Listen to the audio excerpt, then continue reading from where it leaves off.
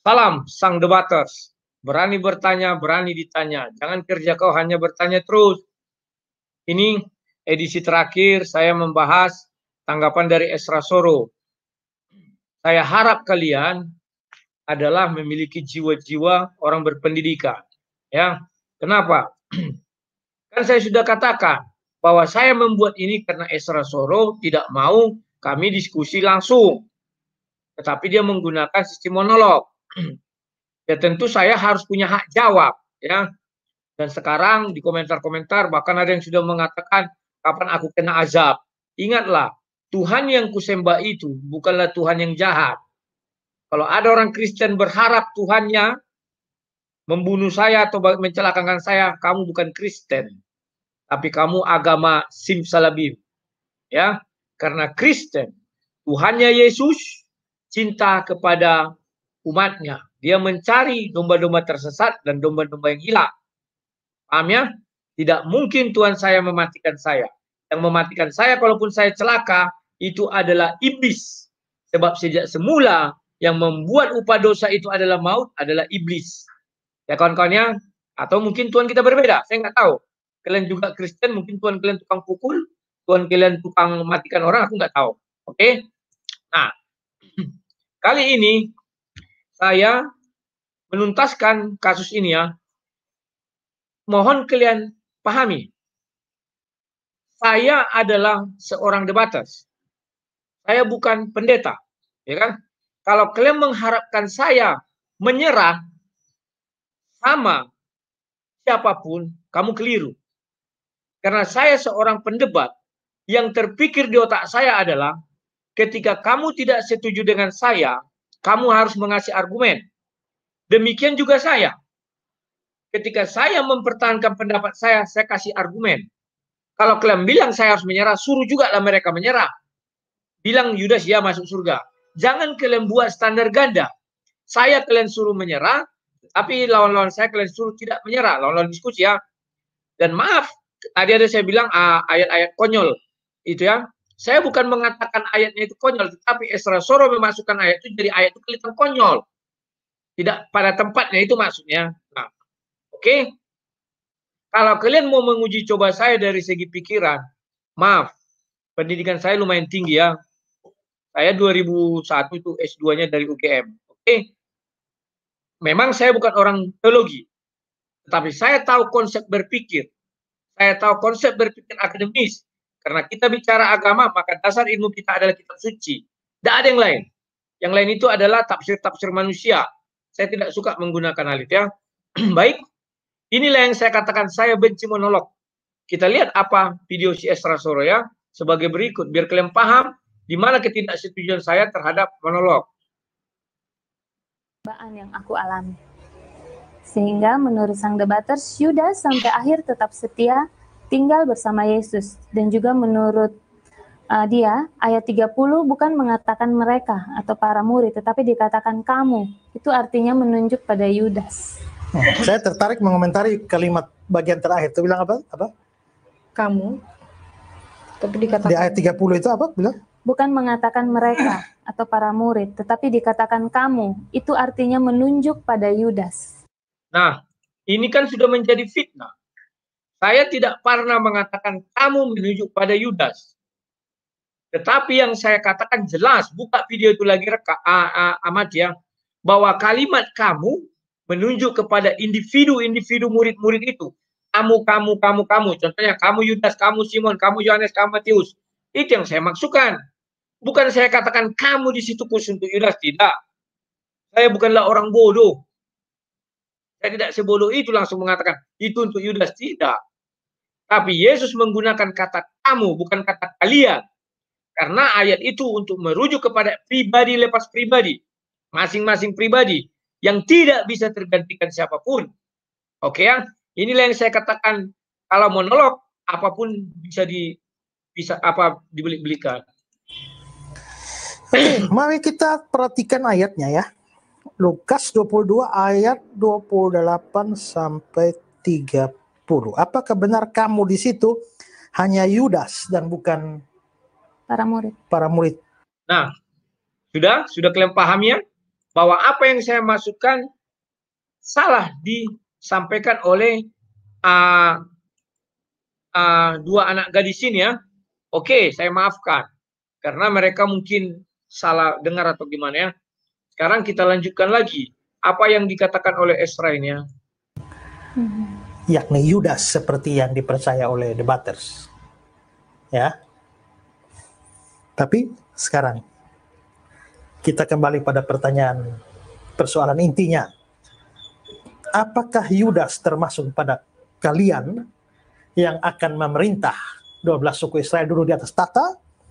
Nah, tadi debaters juga sudah menyinggung bahwa persyaratannya adalah Tetap tinggal bersama-sama dengan di ayat 28. Ya. Kamulah yang tetap tinggal bersama-sama dengan aku dalam segala pencobaan yang dialami. Apakah Yudas memenuhi persyaratan ini? Menurut debaters? memenuhi. Kenapa memenuhi? Karena Yudas yang ada mengikuti apa yang diperintahkan. Nah, perhatikan ya. Untung si adik ini paham apa yang saya masukkan. Yudas mengikuti apa yang diperintahkan. Apa perintahnya? Ini, perhatikan. Perintah itu bahwa itu adalah nubuatan. Kenapa saya katakan nubuatan? Karena sejak semula dari awal itu Yesus bicara selalu mengatakan anak manusia akan diserahkan. Anak manusia akan diserahkan. Kamulah dia orangnya iblis yang pengkhianat begini. Artinya tugas Yudas menyertai Yesus sampai dia menyerahkan Yesus. Titik. Jangan tambah-tambah ayat kitab suci. Ya. Kalau kalian bicara kitab suci, lihat konteks ayat itu bicara. Matius 26 ayat 24 dikatakan anak manusia akan diserahkan. Baru Yohanes 6 ayat 71. Kamu iblis, kamu akan mengkhianati aku, kamu akan mencerahkan aku. Artinya, tugas Yudas itu udah ikut Yesus sampai menyerahkan. Apakah dia setia atau tidak? Kalian lihat buktinya, dia sudah menyerahkan, artinya setia. Apakah Yudas bisa lari? Bisa. Kesempatan Yudas untuk lari ada di Yohanes 6 ayat 64 sampai 66. Ya kan? 70 murid lari semua. Tinggal mereka 12. Kenapa Yudas tak mau lari? Karena tak bisa.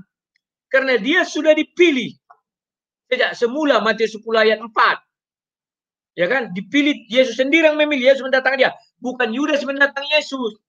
Bedakan kalian, pernah saya bilang di ayat yang satu lagi. Yudas tidak punya niat jahat apapun kepada Yesus. Sekalipun Yudas seorang penjahat. Kalau Yudas punya niat jahat, maka dia yang mencari Yesus. Bukan Yesus yang mencari dia. Paham ya? Bukan Yesus yang memilih dia. Inilah yang selalu saya katakan kepada kalian. Kalian harus membuka wawasan kalian. Ya. Jangan karena kita berbeda pendapat, lantas kalian mengutuki saya. Tidak bisa. Karena kita diperintahkan untuk apa? Untuk belajar kitab suci. Ya? Oke, kita lihat apa lagi yang dikatakan di sini ya. Sikan rencana dalam hati Yudas Iskariot, anak Simon, untuk mengkhianati dia. Oke, sekarang pikirkan. Siapa oknum di balik pencobaan yang Yesus alami? Iblis. Iblislah yang mencoba Yesus. Yesus bilang kepada Yudas. Yesus bilang, aku memilih kamu yang 12. Salah satu adalah iblis. Lalu iblis masuk ke dalam Yudas. Iblislah yang membisikkan rencana jahat kepada Yudas. Sekarang, dilihat dari semua fakta itu, apakah Yudas ini tetap tinggal bersama Yesus dalam setiap pencobaan? Atau Yudas adalah alat yang dipakai oleh si pencoba untuk mencoba Yesus? Nah, perhatikan. Dia memutarbalikkan fakta lagi. Ya kan? Tanpa sadar dia, memang betul. Dia bilang, dia tahu dia bahwa iblislah yang membuat ini semua. Karena iblis masuk ke dalam Yesus. Dan iblislah mencobai. Sebab iblislah raja pencobaan. Ya kan? Bahkan Yesus pun dicobai di Matius 4 di atas bukit itu ya. Nah, lantas Yudas apa sih itu mencobai? Kan tidak. Apakah Yudas juga orang pencoba? Tidak, dia juga korban. Kenapa saya katakan korban? Iblis itu masuk ke depan Yesus. Ya. Kalau Yesus mau, Yesus bisa mentengking. Dan iblis itu selalu melihat Yesus takut. Hai anak gembala, jangan kau usik kami, jangan kau sakiti kami. Itu kata iblis, kata setan. Tapi pada saat itu Yesus tidak mengusir, membiarkan, masuklah. Kira-kira begitu. Ya. Kalau dirujuk daripada Yudas, Yudas juga korban pencobaan. Sehingga iblis masuk, sehingga dia tertuduh oleh si Esra Soro juga, oleh semua orang di dunia ini. Dia tertuduh. Itu namanya pencobaan loh. Sehingga dia stres. Saking stresnya dia mati. Padahal hanya Yesus yang tahu apa yang terjadi. Bahwa si Yudas tidaklah seperti itu. Tetapi ada iblis yang masuk ke dalam tubuh Yudas. Manusia tidak bisa melihat iblis. Hanya Yesus yang bisa melihat iblis. Paham ya? Sudah kita buktikan di Yohanes 13 ayat 27. Maka masuklah iblis. Lukas 22 ayat 3. Ya kan? Maka masuklah iblis. Paham ya? Ini pencobaan terberat pada Yudas. Dia tidak tahu apa-apa. Yesus mengizinkan. Sehingga dia jadi tertuduh sampai saat ini. Paham ya? Oke, sekarang kita lanjutkan lagi. Apa yang diucapkan oleh mereka ini yang biar semuanya paham. Dalam memahami ini, makanya saya bilang saya tidak suka monolog-monolog itu. Bukan apa-apa. Kadang apa yang disampaikan itu tidak sama dengan apa yang saya pikirkan. Kita dengar lagi ya. Jadi kalau dikatakan tetap tinggal bersama-sama dalam pencobaan, Yudas nggak masuk persyaratan itu. Dia sudah tidak ada di situ. Tapi kan murid-murid yang lain juga meninggalkan. Ya, murid-murid yang lain juga meninggalkan Yesus pada waktu Yesus sudah ditangkap dan dia. Nah, perhatikan. Dia tercengang. Ternyata si adik yang cewek ini yang lumayan cerdas juga. Dia bilang, murid-murid lain kan meninggalkan Yesus. Artinya mereka pun tidak sampai titik finish dalam pencobaan. Apa jawaban Esra Soro? Dia mulai mengutip pernyataan manusia. Dia tidak mengutip lagi si kitab suci. Menurut dokter ini. Artinya ini permanen begini. Kok permanen, buktinya lari kok. Kalau permanen itu dia hadir di situ. Yang tidak setia itu sebenarnya Petrus. Sudah dinubuatkan bahwa kau Petrus akan menyangkal aku 3 kali. Petrus mau melawan, bisa? Tidak. Dia pergi menghindari Yesus. Dia meninggalkan Yesus. Ketika Yesus diadili, apakah ada murid satu di antara Yesus?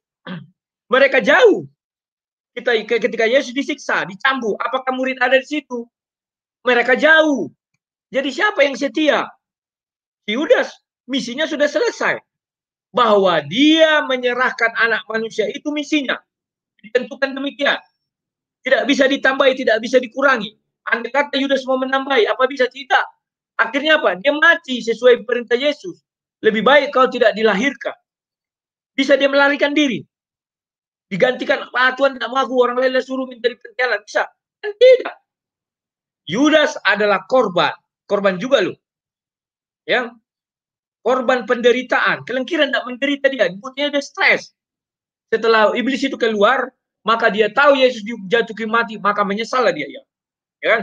Itu bukti iblis sudah keluar. Andai kata iblis belum masih di dalam dirinya, maka terjadilah seperti kata Esra Soro, pertobatan yang pura-pura menyesal dia. Oh, menyesal aku menyesal. Tapi uangnya dibawa. Melemparkan uang satu bukti bentuk dia tidak penyesalannya sejujurnya. Setelah itu dia pergi, pasti ketawa, hore, sudah mati Yesus. Kan demikian. Buktinya dia tidak. Paham ya maksud saya?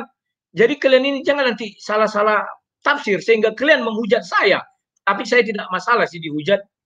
Dulu waktu saya di Facebook, saya juga sudah mengatakan demikian.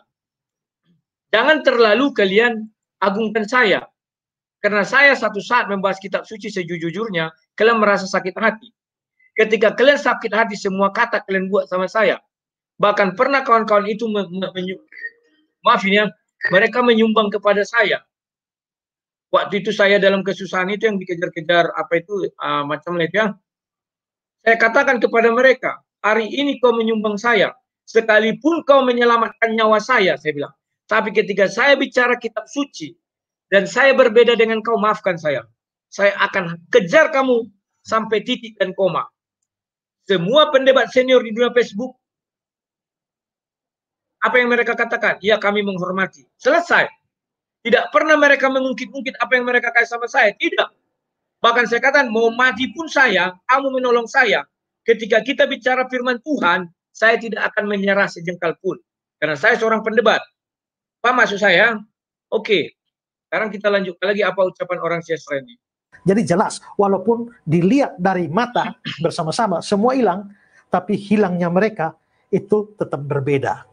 Karena Yesus memaksudkan Allah karakter dasar yang setia. Maka itu berlaku bagi 11 murid yang lain, tapi tidak berlaku bagi Yudas.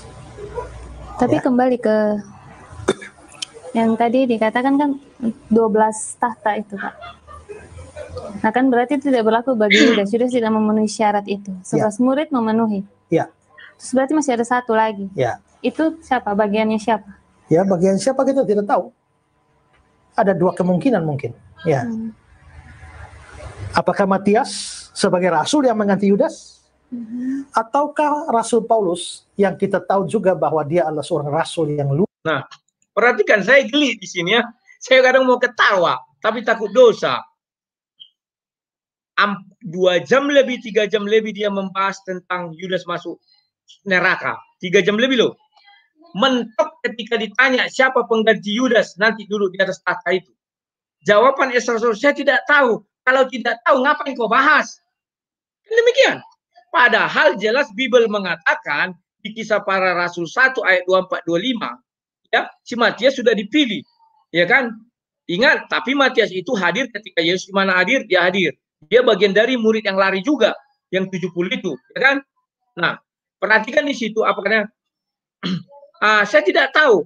Jelas-jelas itu dikatakan Matias menerima jabatan pelayanan. Esra Soro tidak jujur bicara kitab suci. Katakan saja, Matias menerima jabatan pelayanan. Jabatan hakim, tidak satu orang pun yang saya ketahui. Termasuk Paulus.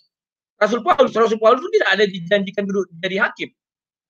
Maksud saya, nah inilah yang saya katakan, gagah berani kalian 4 jam, 3 jam, 4 jam berbicara. Saya ketika itu tidak tahu apa-apa kalian. Makanya saya bilang, nggak usah kalian panjang-panjang membahas itu. Cukup itu aja kalian cari. Apakah Yudas ada pada malam pertemuan? Apakah siapa pengganti Yudas di tata? Selesai. Tidak perlu kalian capek-capek. Oh begini Bogono, begini Bogono. Ada guna. Ya kan, buktinya apa? Angkat bendera putih lah si Esra Soro. Dia bilang tidak tahu. Angkat bendera putih. Kita lihat lagi apa katanya. Ya, itu doa Yesus di atas kayu salib. Ya Bapa, ampunilah mereka karena mereka tidak tahu apa yang mereka perbuat. Mereka di sini siapa? Sebelum kita membahas apakah Yudas diampuni melalui doa itu, kita perlu juga ngerti dulu siapa mereka yang menjadi sasaran doa. Ingat, keterangannya adalah mereka itu tidak tahu apa yang mereka perbuat. Mereka itu adalah yang tidak tahu apa yang mereka perbuat. Kalau begitu, doa itu sebenarnya ditujukan untuk siapa? Nah, di kalangan para penafsir itu memang ada dua pandangan. Pandangan pertama mengatakan bahwa itu hanya menunjuk pada sekelompok kecil orang yang terlibat dalam penyaliban. Prajurit Roma dan orang-orang Yahudi. Ya. Prajurit Roma tidak tahu karena mereka hanya melaksanakan tugas dari pemerintah. Pemerintah bilang ya eksekusi, ya mereka eksekusi. Mereka tidak tahu itu siapa. Pokoknya hari-hari kan kerja mereka kan memang menyalibkan orang. Hukuman penyaliban itu hukuman yang lumrah pada masa Romawi. Jadi mereka memang tidak tahu apa yang mereka lakukan. Orang Yahudi juga, termasuk para ahli Tauratnya, imam-imam kepalanya, orang-orang Yahudi, masyarakat yang awam pun, mereka juga tidak tahu. Nah, perhatikan. Di satu sisi, dia mengerti apa syarat yang diampuni. Mereka tidak tahu apa yang mereka perbuat. Kalian tonton video dia sampai panjang dia bercerita-cerita, rupanya teringat di Yudas. Ini saya bilang lucu. Dibalikannya lagi pernyataan dia. Oh tidak, Yudas tidak masuk karena dia tidak bertobat. Padahal yang dia bilang, ada dua tafsir. Kedua tafsir diimani dan diamini dia. Ya kan? Tafsir ahli-ahli itu kan. Sudah jelas tafsir ahli yang pertama mengatakan mereka yang tidak tahu apa-apa. Dia bilang ahli Taurat tidak tahu. Ahli Taurat tahu. Ahli Taurat tidak diampuni karena orang-orang agama itu tidak diampuni Yesus. Kenapa mereka tahu apa yang mereka perbuat? Apa buktinya tahu? Lu baca Yohanes 10 ayat 34. Apa dikatakan di sana? Kami melempari engkau bukan karena engkau berbuat baik, tapi karena engkau menyamakan diri dengan Tuhan. Mereka menyalibkan Yesus. Tahu kenapa? Karena Yesus berkata, aku dan Bapa adalah satu. Yohanes 10 ayat 30. Maka Yohanes 10 ayat 33-34 dilempar Yesus. Karena Yesus telah menghujat Allah. Ingat, hukum menghujat Allah itu dirajam. Ya kan? Jadi Ezra aneh saya lihat, keliru. Teologinya nggak jalan saya lihat. Ya kan? Nah, sekarang dia mengatakan 11 murid diampuni, tapi Yudas tidak. Kan aneh. Terjadi ketimpangan ya. Kalau 11 diampuni, Yudas pun harus diampuni. Karena Yudas lah yang tidak tahu apa yang dia perbuat. Si Ezra kan sudah membahas di awal bahwa Yudas kemasukan iblis. Dia dipakai alat sehingga dia tidak tahu apa yang dia lakukan. Dia mulai tahu apa yang dia lakukan ketika dia tersadar, iblis keluar, dia mendengar Yesus dihukum mati. Ingat ya, iblis keluar dulu loh. Jangan kalian bilang nanti iblis masuk neraka, masuk surga. Ya, kalau iblisnya mati bersama Yudas, dia masuk ke surga dia. Artinya iblis bisa mati. Dan tidak, dia keluar dulu. Paham ya? Nah, inilah yang sering saya katakan, kalian itu sukanya membuat standar ganda. Standar gandanya apa? Yaitu demi untuk meloloskan keyakinan kalian atau doktrin kalian, kalian rela mengorbankan kitab suci itu sehingga kalian tempatkan dia pada posisi yang tidak tepat, sehingga yang seperti saya bilang menjadi kayak konyol karena kalian tidak menempatkan pada posisi yang tepat. Ya, sekarang kita lihat apalagi kata Ezra. Tapi Nona bisa percaya terakhir Yesus. ini ya. Berarti doa itu ditujukan juga untuk Nona. Saya bisa percaya Yesus sungguh-sungguh. Berarti doa Sang Juru Selamat di atas kayu salib itu sasarannya juga saya. Orang-orang pilihan untuk diselamatkan. Gitu. Ya, jadi salah lah kalau dia bilang Yudas diampuni melalui doa-doa Yesus itu. Iya, jadi sebenarnya dia mengambil contoh ini dari kisah Lazarus. Saudara Maria dan Marta ini yang dibangkitkan di Yohanes 11. Nah, menurut dia, Lazarus ini kan berdosa, maka ia mati. Sebab upah dosa ialah maut. Seperti Yudas kan dia juga berdosa mati. Namun ketika Lazarus sudah mati, keluarganya masih mendoakan dia sehingga dia diampuni dan dibangkitkan. Buktinya Lazarus di pangkuan Bapa Abraham di surga. Artinya dia sudah diampuni, diangkat ke surga. Artinya setelah dia mati pun ada pengampunan dari Yesus karena Yesus adalah Tuhan. Mana bisa kita larang-larang Tuhan. Lazarus Nah, perhatikan. Ini lagi ada sesuatu kekeliruan ya. Ketika saya mengucapkan itu kepada lawan bicara saya kemarin, kan mereka mengatakan apakah orang yang sudah mati bisa diampuni? Yang tidak bisa adalah orang mati berdoa. Orang yang masih hidup bisa berdoa kepada orang mati, kan demikian, kan?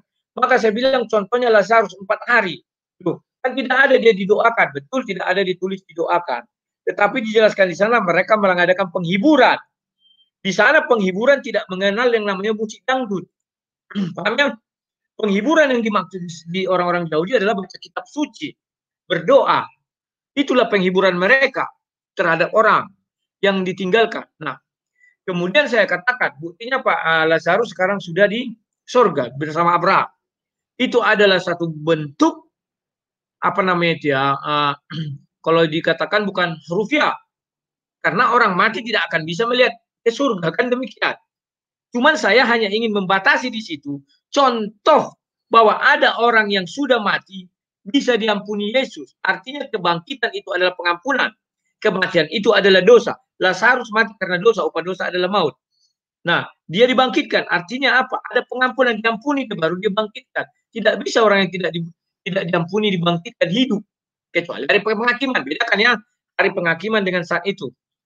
Oke, paham? Nah, inilah babak terakhir di mana Ezra sore mulai mengeluarkan kalimat yang saya benci. Apa yang saya benci? Dia mengatakan saya salah. Saya selalu mengatakan kurangi kalimat salah, ganti dengan keliru. Karena salah benar itu urusan pengadilan. Apakah dia sudah mengadili saya? Kan belum. Ya, kita lihat apa pernyataan dia di akhir video dia ini yang membuat saya jadi kurang simpati. Adalah tidak benar kalau kita mengatakan bahwa Yudasnya selamat masuk surga. Terlalu banyak ayat, terlalu banyak bukti yang sudah saya jelaskan menunjukkan bahwa Yudas sekalipun ada penetapan Tuhan, tapi Yudas tetap bertanggung jawab atas pengkhianatannya dan akhir hidup Yudas yang membunuh diri tanpa pertobatan dan penyesalan yang sejati menunjukkan dia bukan orang percaya sampai akhir hidupnya, dan karenanya dia tidak mungkin diselamatkan. Oke, berarti 3 argumen gugur. Bila yang berlawanan eksegesis dan isi 4 hari, cari mana yang sekalipun ada penetapan Tuhan, tapi Lazarus bangkit. Nah, itu yang dimasukkan pikirannya ke teks. Itu namanya eisegesis.